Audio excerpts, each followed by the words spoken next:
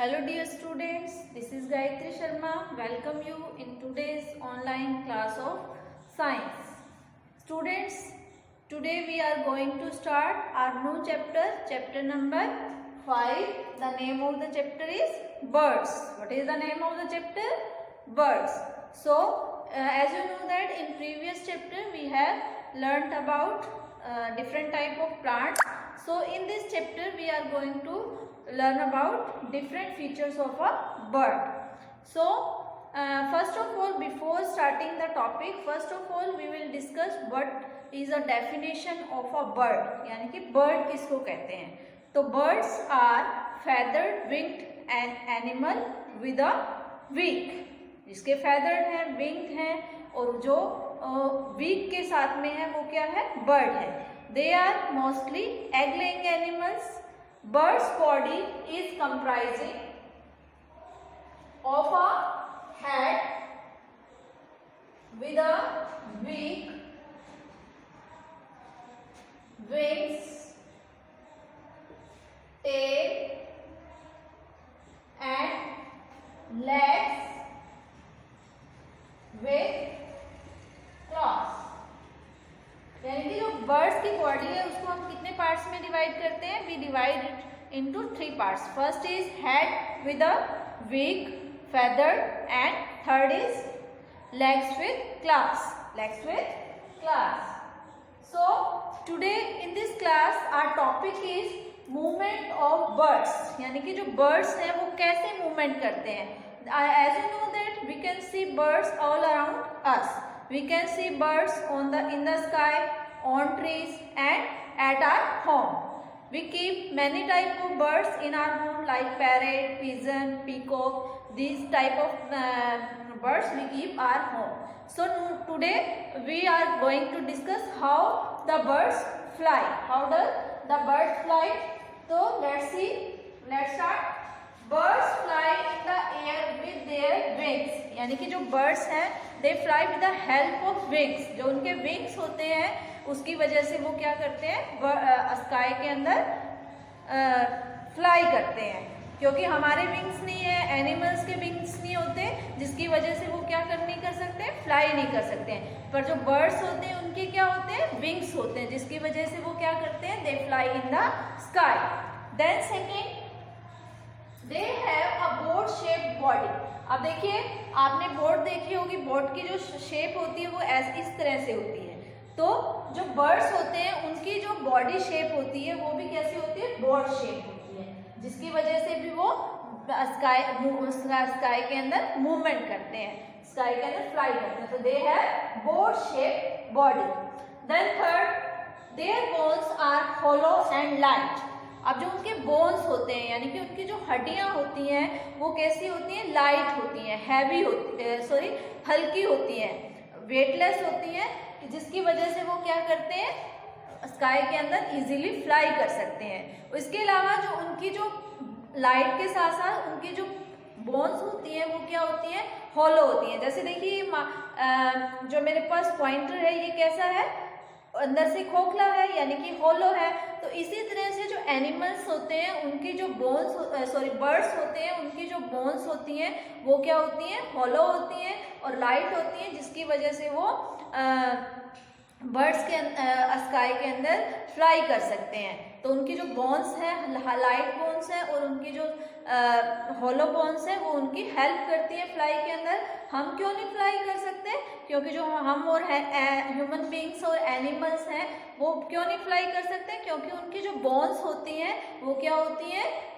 Heavy होती हैं, wait वाली होती हैं. उनकी जो बोन्स होती हैं वो क्या होती हैं? वेटफुल होती हैं. और जो बर्ड्स होते हैं उनकी जो बोन्स होती हैं वो क्या होती हैं? वेटलेस होती हैं, जिसकी वजह से वो फ्लाई कर सकते हैं और ह्यूमन बींग्स और एनिमल्स स्काई के अंदर फ्लाई नहीं कर सकते. Then second, next is the tail help them to change the direction during the flight. अब देखिए, जो बर्ड्स की टेल है वो क्या काम करती है? जब भी बर्ड्स ने अपनी डायरेक्शन चेंज करनी होती है, फ्लाई कर रहा है और उसने अपनी डायरेक्शन को चेंज करना है, तो उसकी डायरेक्शन चेंज करने में, जैसे वो नॉर्थ की तरफ जा रहा है, अगर उसने ईस्ट की तरफ जाना है, अपनी डायरेक्शन को चेंज करना है, तो उस डायरेक्शन को चेंज करने के अंदर जो उसकी टेल है वो उसकी हेल्प करती है। तो this is the work of a tail. Then structure like wings and legs help them in the movement. उनके जो विंग्स और लेग्स हैं वो भी उसकी किसमें करते हैं, मूवमेंट्स के अंदर हेल्प करते हैं। तो this is about the structure movement of a bird. तो bird fly in the air with their wings, they have a board shaped body, their bones are hollow and light, their tail help them to change the direction during the flight. So this is about the movement of a bird. So student, do you know different and birds move in different ways. Some birds such as kiwi, emu, ostrich, they can't fly. Why do they not fly?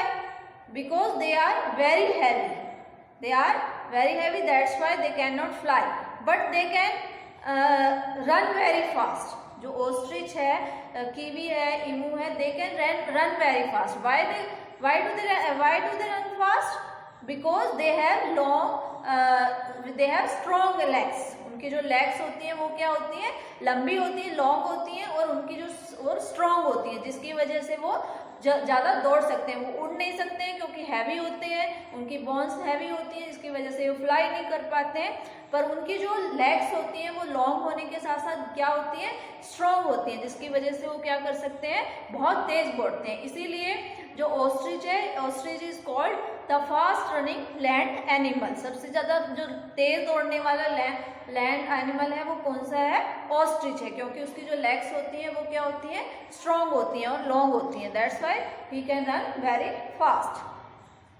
Some birds, अब जो some birds like sparrow, pigeon, parrot, crow can fly medium height. वो कैसे कर सकते हैं, medium Heights पे fly कर सकते हैं। पर कुछ जो बर्ड्स हैं वो बहुत ऊंचे तक फ्लाई करते हैं, बहुत हाई तक जाते हैं, जैसे ईगल और vulture. Birds like eagle and vulture can fly very high. तो this is about the movement of a bird. So students, I hope you have understood about this topic. Now we are going to do practice on 1 of this chapter. So let's start. So in first practice on first,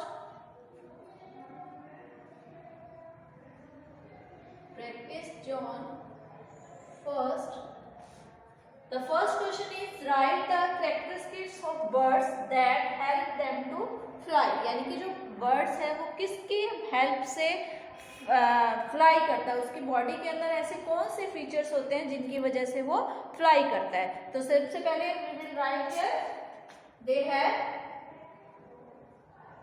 have a boat shaped body. ऐसी body होती है उनकी, दे have boat shape. देखिए इसमें जो birds है उसकी body कैसे दिखाई दे रही है, बोट शेप। तो आपने लिखना है they have a boat shaped body. Then second, their bones are hollow, hollow में खोखले, अंदर से बिल्कुल खाली हो, जो एम्प्टी हो, होलो एंड लाइट, लाइट में वेटलेस। उनके जो बोन्स होते हैं वो कैसे होते हैं, लाइट होते हैं और होलो होते हैं, वेटलेस होते हैं और होलो होते हैं, जिसकी वजह से they can fly easily in the sky. Then third is their tail help them to change the direction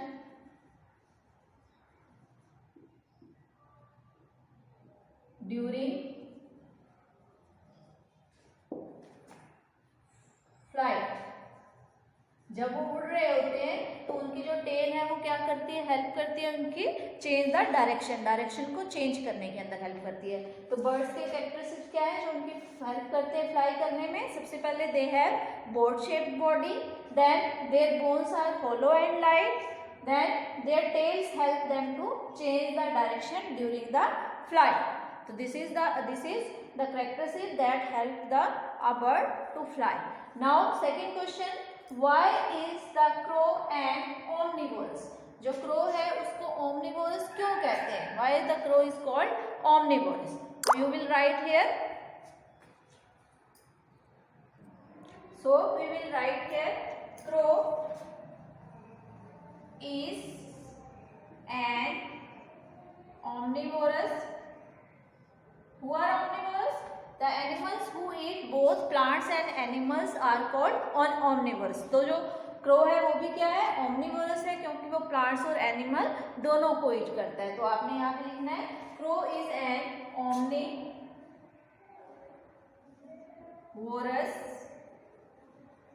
because it eats both animals like, अब एनिमल्स में वो किसको ईट करता है? Insects, worms and plants like seeds